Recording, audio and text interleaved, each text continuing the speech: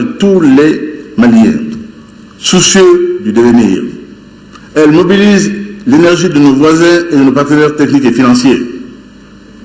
La stabilisation politico-institutionnelle du Mali passe par la résolution des problèmes du Nord.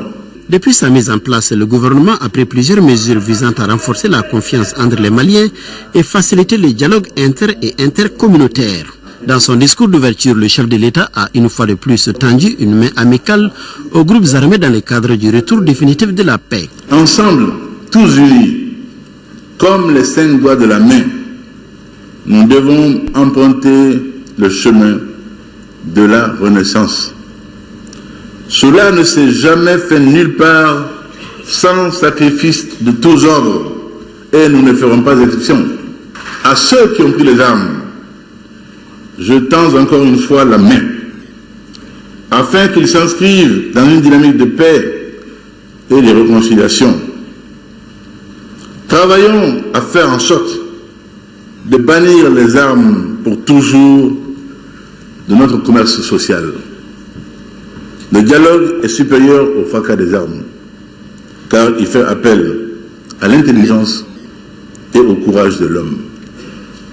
Saisissons la chance de nous écouter, de nous comprendre, afin d'être en mesure de faire face aux défis que l'histoire nous impose. Il va falloir refonder l'État, dira en substance le chef de l'État en repensant la décentralisation. La régionalisation tiendra une place de choix dans cette refondation. Faisant de la région le point nodal du développement économique qui tienne compte des réalités locales, tout en restant arrimé à l'âme nationale.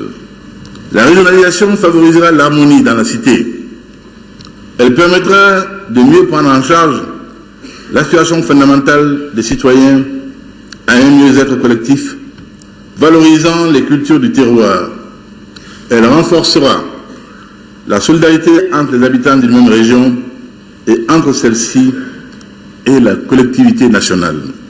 Ensuite, nous corrigerons les inégalités découlant du dénuement physico-économique à travers la mise en œuvre du plan de développement accéléré des régions du Nord. Je tiens à préciser encore une fois qu'il serait regrettable de croire que l'engagement à relever le défi du développement du Nord soit synonyme de privilège et d'abandon du reste du pays.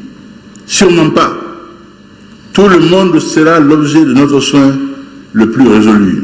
Ibrahim Boubacar Keïta a salué la présence à ces assises de toutes les sensibilités des experts et des représentants de la société civile. Il a également rendu un hommage mérité à la communauté internationale pour son soutien au Mali. La MINUSMA a été remerciée pour son appui logistique à l'organisation de ces assises.